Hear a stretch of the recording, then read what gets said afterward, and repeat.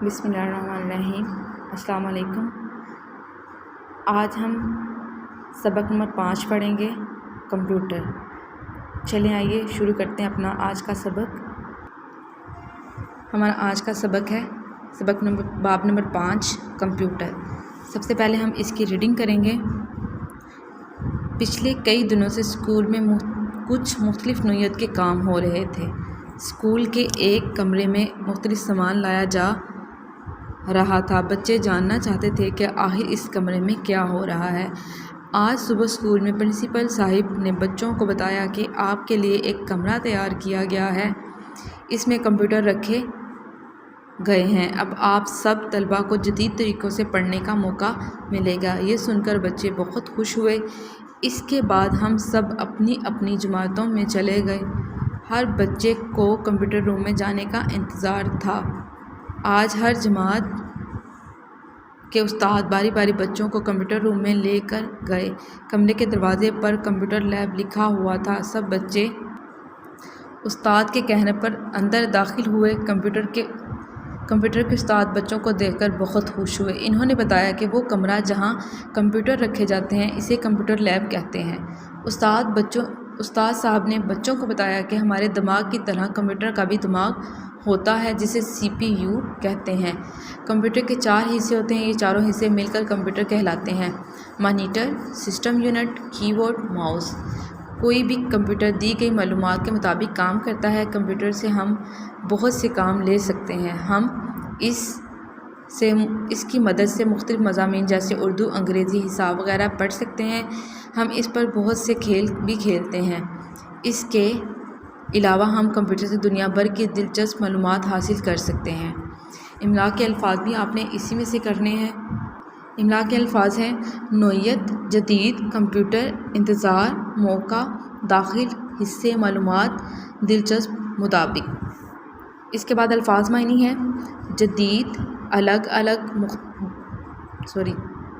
मुख्तलिफ, अलग अलग, जदीद, नए, नौइयत, किस्म, दिलचस्प, जो दिल को अच्छा लगे।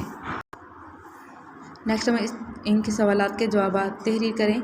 स्कूल के एक कमरे में क्या लाया जा रहा था? स्कूल के एक कमरे में मुख्तलिफ सामान लाया जा रहा था। प्रिंसिपल साहब ने बच्चों को क्या बताया? प्रिंसिपल साहब ने बच्चों को बताया कि आपके लिए एक कमरा तैयार किया गया है, इसमें कंप्यूटर रखे गए हैं। अब आपको जदीद तरीक़ों से पढ़ने का मौका मिलेगा। क्वेश्चन है, कंप्यूटर लैब किसे कहते हैं? कंप्यूटर लैब वो कमरा जहां कंप्यूटर रखे जाते हैं, इसे कंप्यूटर लैब कहते हैं। कंप्यूटर के कितने हिस्से होते हैं? कंप्यूटर के 4 हिस्से होते हैं: monitor, system unit, keyboard, mouse. खाली जगहों में दुरुस्त अल्फाज लिखें। स्कूल के कमरे में मुख्तलिफ किस्म का डैश लाया जा रहा था, सामान लाया जा रहा था। आपके लिए एक डैश तैयार किया गया है, कमरा तैयार किया गया है। हर बच्चे को डैश रूम में जाने का इंतज़ार था, कंप्यूटर रूम में जाने का इंतज़ार था। कंप्यूटर का भी डैश होता है, दिमाग होता है। कंप्यूटर के डैश हिस्से होते हैं, कंप्यूटर के 4 हिस्से होते हैं। हरूफ मिलाकर अल्फाज बनाएं: अलिफ नून, दाल, अलिफ ज़े, अंदाज, खे, बड़िए, लाम, खेल, सीन, अलिफ, मीम, अलिफ नून, समान, मीम, अलिफ, वाव, सीन, माउस, दाल, नून, बड़िए, अलिफ, दुनिया। दिए गए अल्फाज के हरूफ अलग अलग करें: काफ, मीम, रे, बड़िए, कमरे, काफ, पे, छोटी ए, वाव, टे, रे, कंप्यूटर, मीम, आइन, लाम, वाव, मीम, अलिफ, ते, मालूमात, जीम, मीम, अलिफ, आइन, ते, जमात, दाल, मीम, अलिफ, गैन, दिमाग। नेक्स्ट दिए गए अल्फाज को अपने जुमले में इस्तेमाल करें। कंप्यूटर से हम बहुत से काम ले सकते हैं। मौका, अब आप सबको जदीद तरीक़ों से पढ़ने का मौका मिलेगा।